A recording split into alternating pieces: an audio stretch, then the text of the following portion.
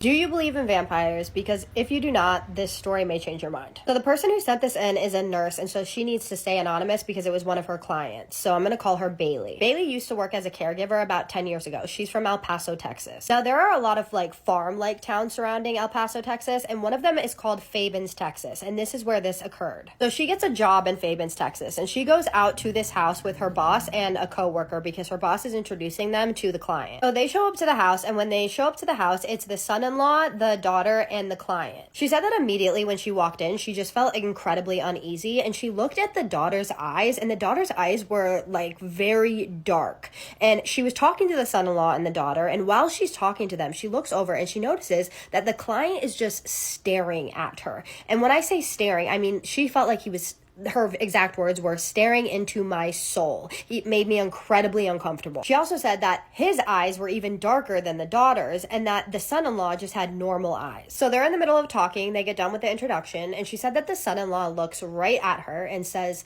"Please stay safe. If anything happens, please call me. And I mean if you need help in any way." So she was kind of like, okay. She kind of just brushes it off and she leaves after she's done with the introduction. She's supposed to come back at 9 p.m. She shows back up at 8:45. When she walks into the house, it's the daughter. Just the daughter is there and just the client. And the daughter tells her that there's a baby monitor and that she'll be using that baby monitor to be keeping an eye and an ear out for the client. Now, the baby monitor was like right above where the daughter was standing, and she said that while she was talking to the daughter, she happened to glance up at the baby monitor and she could not see the client in the baby monitor. So she just assumed that he was either in the room somewhere else or he was not in the room. So the daughter gets done with talking to her and she's like, okay, I'm gonna go to bed around 10 p.m. and that's when you can kind of start paying attention to the baby monitor. And so she's like, okay, bet. So the daughter goes to bed around 10 p.m. She's looking at the baby monitor and she still cannot see her client. So she gets worried. So she goes and checks on him. So the baby monitor was facing directly at his bed. So she had a full view of his bed. So she walks into the room, she opens a door, and she nearly jumps out of her skin because she sees that the client is laying in bed. So she's kind of just like, oh, you scared me. And she, makes sure that he's okay and everything. And then she goes back to the baby monitor and she checks. And again, she cannot see the client. So she's like, what the hell is going on? So she walks back into the room and this time she faces the camera so that it's directly on him completely. And then she walks back out of the room. She goes back to the baby monitor. She checks the baby monitor again, still nothing. So she's like, you know what? This camera must be defective. Like, I'll just listen for him. So she finishes her shift that night and she comes back the next night. The next night, the same exact thing happens. She looks at the baby monitor. She cannot see him. She walks into the room. He's in bed. So she's like, what is going on? So she's like, okay, whatever. It's got to be broken or something. So she just goes back out into the living room and she just relaxes. And then she hears something. She hears boom, boom, boom. Like someone is walking around in the client's bedroom. She's listening for a second and she's like, there's no way he's up right now.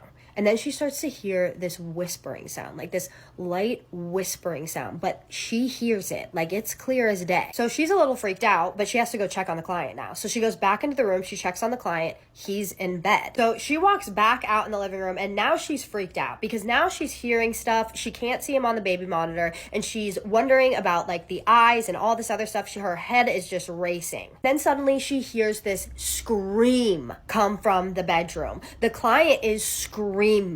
And so she is in shock at this point. So she jumps up and she runs into his room and he is fine. He is laying there like nothing happened whatsoever, just staring at her with those black eyes. So at this point, she's like, I have had enough. So she goes and checks on the daughter, and the daughter is fast asleep, even though she just heard screaming. So she goes back out into the living room. She checks the baby monitor again. He's still not on the baby monitor, and she is terrified at this point. She said that this went on all night long. Him screaming, her going into the room, and him just up staring at her. Each time, not saying anything, just staring at her. He's not sleeping at all, and she hears him screaming, but it's like not him or it is him, and he's just messing with her. She's also hearing the walking around in his room, and each time she hears the walking around, she's going into that room immediately afterwards. So she would know if he was up walking around. She leaves that night, and she calls her boss the next day, and she's like, listen, I'm not going back to that house. There is no way you can get me to go back to that house. It's just too much. And she tells her boss what was going on. Her boss was like, okay, that's fine. You don't have to go back there. We'll send someone else there. So they send someone else there. And the next day, they both get called into the office. Apparently, that girl had went through the same thing that she went through and had complained about it. So when they get called into the office, their boss is like, listen, what's going on with you two? What happened? So they tell her everything. And they tell her about the baby monitor. So her boss is like, okay, well, why don't we just talk to the daughter about the baby monitor? So they call the daughter and they're like, listen, some weird stuff has been going on. My employees are complaining. And also, something is wrong with your baby monitor. Apparently, your father is not showing up on the baby monitor. We think it's broken. The daughter, instead of being like, okay, I'll check the baby monitor, terminated services right away. No explanation, just terminated services after 3 days. So what do you guys think happened here? What do you think this was? Do you think that this was a broken baby monitor and just some really creepy family? Or do you think that this was something else? She thinks that it was a vampire. What do you guys think the creepiest part of the story was? Because I gotta be honest with you, him screaming and then her going into the room and seeing that he's just sitting there staring at her creeped me out. That would freak me out. If someone was just screaming and then you go into the room and they're just laying there staring at you, like, oh. Now, correct me if I'm wrong, but I don't know of any cameras that are broken that show the room but not a person. Is that possible? I'm not very tech savvy when it comes to this type of stuff. You would think that I would be because I'm a content creator, but I'm not. So if somebody could please tell me if this is a thing, drop it in the comments below. I just think there is so much that we don't know, right? That a lot of us intuitively think that we know, but that we don't know. I think there's so much out there than we're made to believe. And I mean, for instance, look at that alien video that girl just made. I know you guys saw it. I can't go into full detail about it because I don't want to get in trouble, but it was crazy. That video, I would listen to it at night and I was like, oh my God, this is insane. She had red hair. It got like 3 million views. That video really got me thinking. Like, I was like, there's just no way. There's no way. There's so much that we don't know. Okay. Now I'm going to do my favorite part, which is the shout outs. Gabby Marshall _ you are so cute. You left a comment underneath a video where the creator was giving something away and they said tag a creator that you follow, and you left the nicest comment, and I appreciate you doing that so much. I love it when people tag me and say nice things. Like, it melts my heart. You are the best. Thank you so much for that type of support. It means so much to me. Thank you for supporting me. Thank you for watching my videos. Thank you for commenting and being kind. You truly have no idea what an impact you have on me when you do things like that, and I just wanted to say thank you personally, and I love you, girl. Walk.Kenzie, thank you so much for what you said. You left such a nice comment, and I appreciate that so much. I do agree with you. I get some awesome stories. I love the stories that I get. I appreciate you commenting and being kind and pushing my videos out. I appreciate you supporting me and watching me. Like, just that in general makes me so happy. Thank you so much for what you said. You truly made my day. You have no idea, again, like, what the impact that you have on me when you say something like that. So I appreciate you so much, girl, and I love you. I'm gonna go crawl in my bed and, like, literally just, I have a flight to catch tomorrow and I don't have a real ID. And I'm going home to see my family for Christmas, and I live in New York, so I have to go to JFK and do this. Please pray for me that they're going to let me on the flight, because the chances are so slim. So I will have to take a rental car all the way to Florida if not. So just pray for me, please, because I'm sick and I cannot drive 17 hours. My name is Kaisa, and I tell your paranormal experiences on here, or ones that you recommend, every single night. So if you're into that, hit that follow button. And I don't have time for the rest, but spooky kisses, haunted hugs, and have a spooky night. Love you guys. Get ready with me while I tell you this ghost story. This story was sent into my email, and if you have any scary stories, ghost stories, or paranormal encounters that you'd like to share, you can send them to the email in my bio. I've never really been able to tell this story to people in detail, mostly because even now, thinking about it still makes my stomach drop. It happened years ago when I was visiting my family in Mexico. It was around 3 in the morning, the kind of hour where the world feels completely still. Most people were asleep, the streets were empty, and the air had that quiet, heavy feeling that comes right before sunrise. The worst is when everything is supposed to be quiet. Everything's supposed to be still, everything's supposed to be quiet, and then all of a sudden, it isn't that way. All of a sudden, oh my God. God. Earlier that night, my aunt and I had gone to a friend's house party. And by the time we finally decided to leave, we were both pretty drunk. One of her friends offered to walk with us so we could make it home safely. The streets were dimly lit, and the neighborhood was mostly silent except for the occasional dog barking somewhere in the distance. At one point during the walk, my aunt and I had to stop because we both suddenly felt sick. We stumbled over to a bush near the sidewalk and ended up throwing up there for a few minutes. While we were leaning over the bush trying to recover, I suddenly heard leaves rustling behind us. Not like a breeze going by, but the sound of something moving through them. Genuinely, this would make me spiral, especially if I was drunk. Oh. At the time, though, we were drunk and tired, so we didn't think much of it. We just assumed it was a stray dog or maybe a cat moving around in the bushes. So we continued to walk toward our house. Because it was so late, the streets we were on felt strangely empty, and the only sound now was the echo of our footsteps. Then I heard something else. At first, it was faint. So faint that I thought I had imagined it. But then it became clearer. Crying. A woman crying. It wasn't the kind of sniffling someone makes when they're upset. It was deeper than that. Long, drawn-out sobs that echoed down the street. Oh! I turned to my aunt and asked if she heard it too. And the moment she heard it, her face immediately went pale. Y'all better start running! She looked at me with wide eyes and whispered, "Oh my God, it's La Llorona." La Llorona is quite literally the scariest folklore that is told in a Mexican household. I am so sorry, but she is terrifying. Walking around at night in Mexico and hearing the long, anguished sobs of a woman? No. No. La Llorona is the spirit of a woman who is said to wander at night crying for her lost children. And people say that if you hear her crying nearby, something terrible is about to happen. At the time, though, I thought my aunt was joking, and I laughed nervously and told her that she was just trying to scare me. But then the crying got louder and louder. As we walked further down the street, all the dogs in the neighborhood suddenly started barking. When the animals start up all at the same time, or when they go completely silent, you know something is wrong. It wasn't normal barking.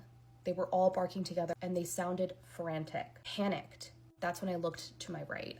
Standing on the sidewalk just a few houses away was a woman. She was hunched over slightly, her head lowered, and she was crying into her hands.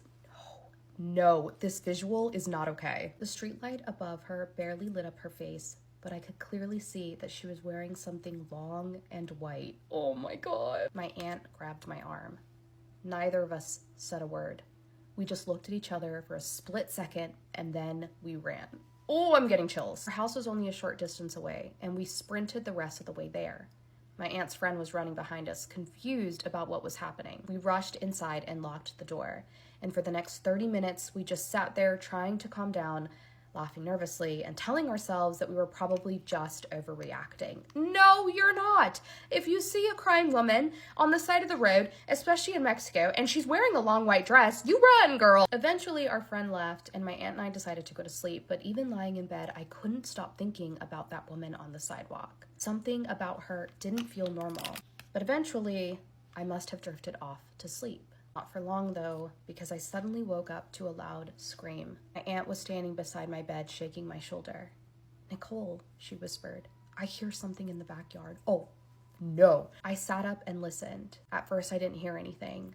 And then, a loud bang. Something, or someone, hitting the fence. I'm scared. And then we heard it again. It sounded like something was slamming against the metal gate in the backyard. My aunt and I slowly walked toward the back window to look outside. I tried to tell her it was probably just the wind, but when I looked out into the yard, everything looked completely still. There was no wind. I turned around to tell her that there was nothing there, but then my eyes moved toward the far corner of the house, and that's when I saw it. A piece of long white fabric, trailing slowly around the corner of the house, like someone had just walked past the wall. I am going to freak out. The strange part was that there was no body attached to it. It was just the cloth. sliding out of view. My stomach dropped instantly, and I slowly turned my head toward my aunt. Without saying a word, we both ran back inside and slammed the door shut. We locked every door and window in the house, and then we sat together in the living room and started praying. Neither of us slept the rest of the night, and after that, nothing else happened. But to this day, I still think about the crying woman on the sidewalk and that piece of white fabric disappearing around the house. And sometimes I wonder, what would have happened if we hadn't run? Can we show them the older homestead? Yeah, let's go. As you know. No, it's not. No, it's not.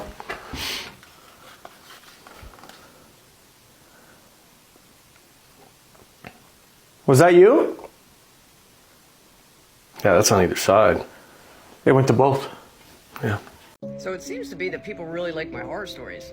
So I'm gonna start a series here. You're new here, my name is Sparrow, I survived addiction, and here is story 3 of my series. Unlike the other 2 stories that I have told, this one actually doesn't involve a murder, it actually involves an almost murder that happened to me and 2 of my friends when we were hiking in the woods one night. Pull up your big boy pants because this gets creepy. As I've stated in my older videos, the type of substances you like that we were doing, you kind of want to go for a walk. So we used to take a lot of what we call spook walks out in the middle of the night, in the middle of the woods in the Appalachian Mountain. For about 3 miles into this trail in the middle of the woods, it was about 11 o'clock at night, and we're spooking each other out, doing the typical thing, you know, just scaring each other's friends, laughing. The next thing you know, all 3 of us, we thought we hallucinated this at first, but it was real. All 3 of us heard, it sounded like a woman screaming, help me, in the distance. I look ahead and I see what looks like a flashlight in the distance. That was the moment I knew, like, oh crap, this is real. This could be a woman who's literally lost in the woods and needs help. Knowing that there was 3 of us, we felt a little more safe, and if you know from my older videos, I always stayed loaded. So as we're walking closer to this flashlight, it's like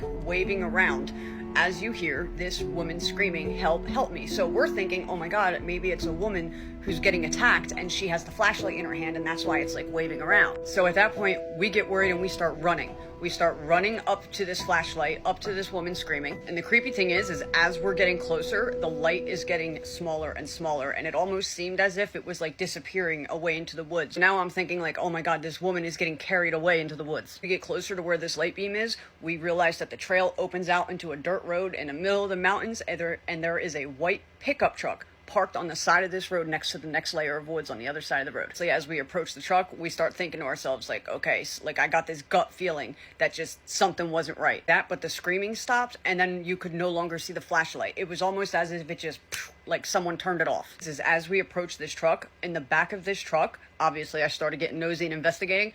As we looked in the back of this truck, there was a shovel and an axe. Now at that point, we all kind of turn and look at each other like, okay, what the hell is going on here? Mind you, all we had was our iPhone flashlights, which don't show very far, but it was enough to like hike and go on a spook walk, you know? At that point, all 3 of us start screaming, hey, where are you? Are you okay? And I started hearing like sticks break a little bit around us, like probably about 20 feet into the woods. So I was like, guys, shut up. Listened very closely, and you literally heard in the middle of the woods a whisper of like, it was definitely a man, and it was a whisper, and he said, shit, she's not alone. Now at that point, obviously the 3 of us were like, and we started like freaking out, and we ran all the way back towards the trail. Now as we're running back towards the trail, like we're all freaking out, screaming like, what the hell was that? It takes us all the way back to the entrance where we first went in, and what do you know? A white pickup truck drives by with 2 grown-ass men in it. I don't know if they heard one of us laughing or something like that, and they just assumed it was a woman alone in the woods, but somebody had a plan for one of us women. And as I've stated before, it's not animals that scare me in the woods, it's people.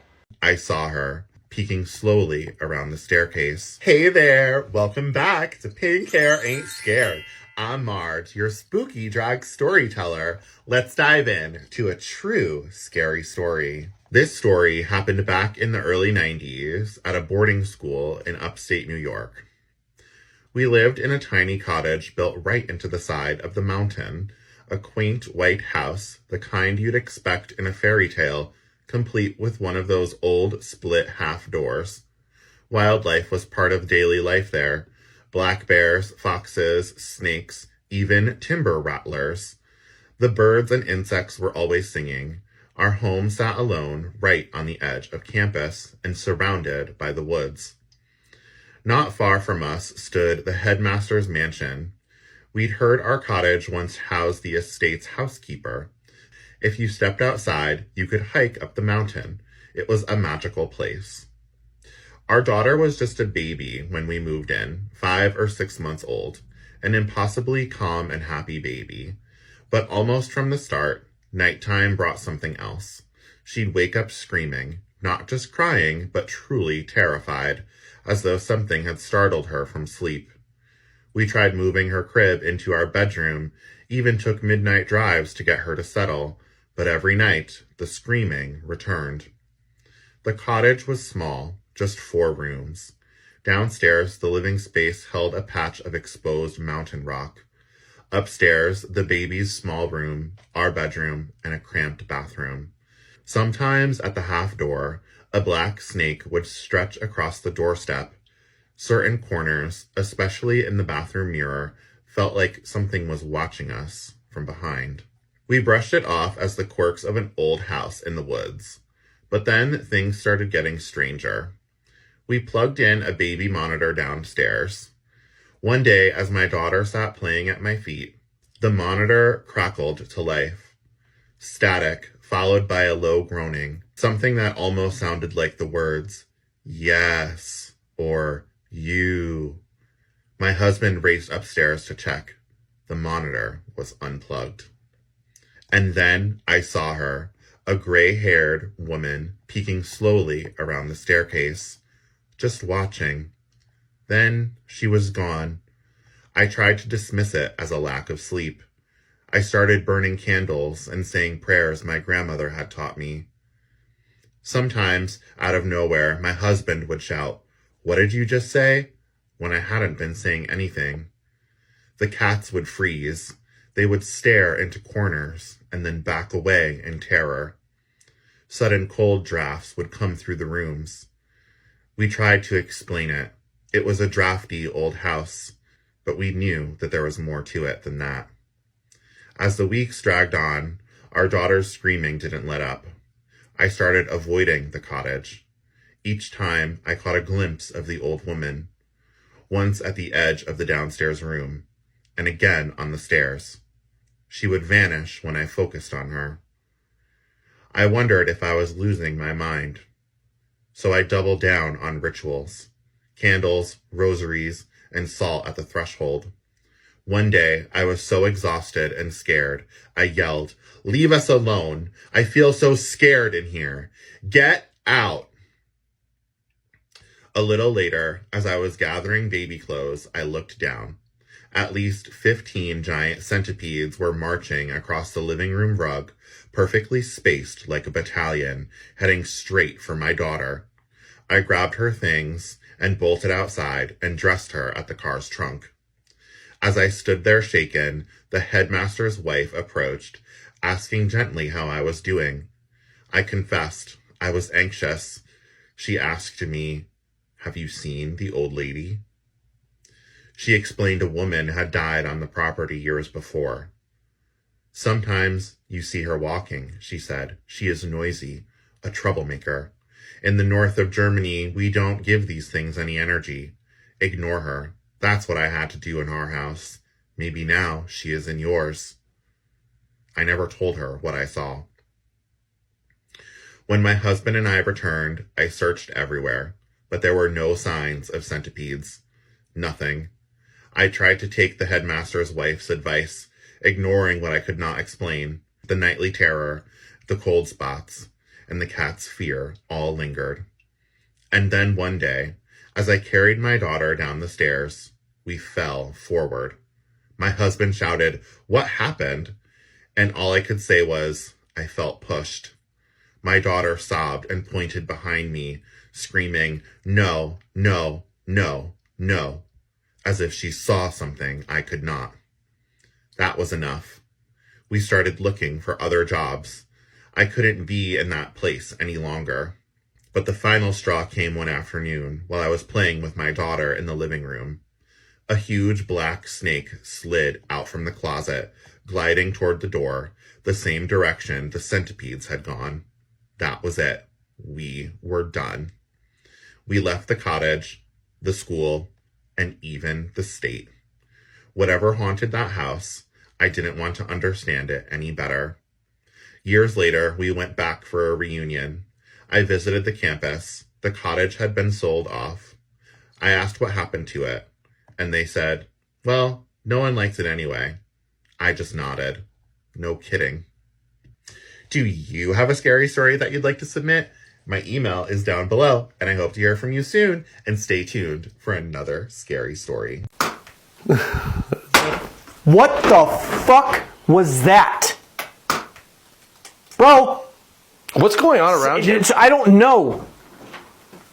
I'm frozen. I am frozen. Did the window Sean. break? Now listen, if you've seen this video, I have an announcement. We're bringing then you would know that I'm bringing back the Embarrassing Story series. Over the past week, I have been bombarded with messages. Now I told y'all specifically, do not traumatize me. So we gonna see what it gonna be. Let's get into it. Hey Raiji, I'm gonna tell you my most embarrassing story. Alright. So around last year, I used to have this girlfriend of 2 years. And we used to sleep over at each other's houses a lot. What did y'all do? At one point, she trusted me that much, and her parents too, that they gave me the key to their house. God damn! Okay, I see you, husband. My girlfriend at the time used to have a really big dog. I really hope this is not. And they were weirdly close. At one point, she just let that dog lick all over her mouth. Mouth.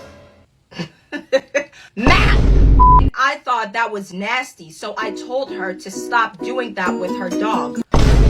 Did she stop? Or like, did she continue? The fucking.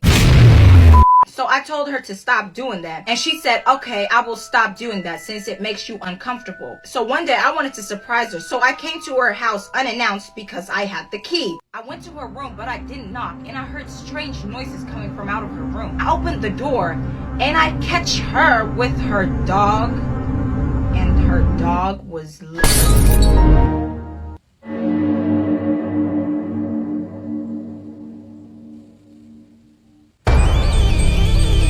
Now what? What in the sweet name of Lord Jesus Christ? When I read something, I think in images. Did she get some type of disease? Because it was, you know. This wasn't even the worst part of this story. One time, I was on her phone to look up something, but she forgot to remove her previous browser search. So when I clicked on Safari, I opened...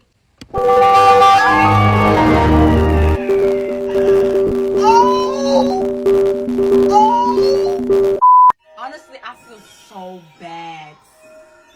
I would not be okay. I can't say what she was watching. It is something with a dog and a human. You might have caught something. Girl, did you get that checked out? Did you get that checked out? Or were you just going about? She has been doing that for 2 years. At the time that they got together, she was doing that with the dog. And y'all were doing that with each other. Ooh! If you want to be featured in one of my next videos, all you have to do is go over to my Instagram, type your little story out. You don't have to follow me in order to participate in this series, but you know what I mean? 'Cause it's like, you don't have to. This is my Instagram right here. It's also here on the screen. It's also linked in my link tree, so if you can't find it, click on that one. See?